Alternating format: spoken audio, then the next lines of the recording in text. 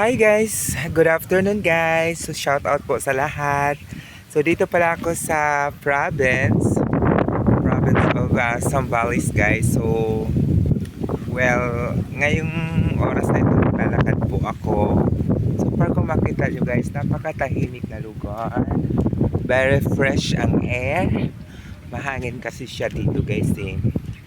So kung saan ako, basta gagala lang ako. Pero tapang paiba naman to. Ma-imagine ko kasi yung province ko eh. But here guys, sobrang napakatahimik. Talagang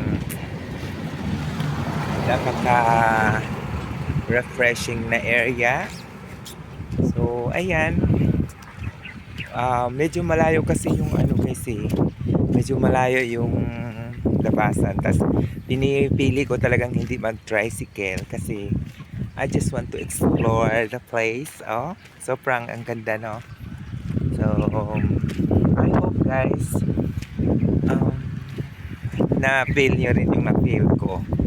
Sobra. Ay, nakita mo yun, may isang sasakyan lang. Sobrang ang ganda. Sobrang nakaka-relax ang place.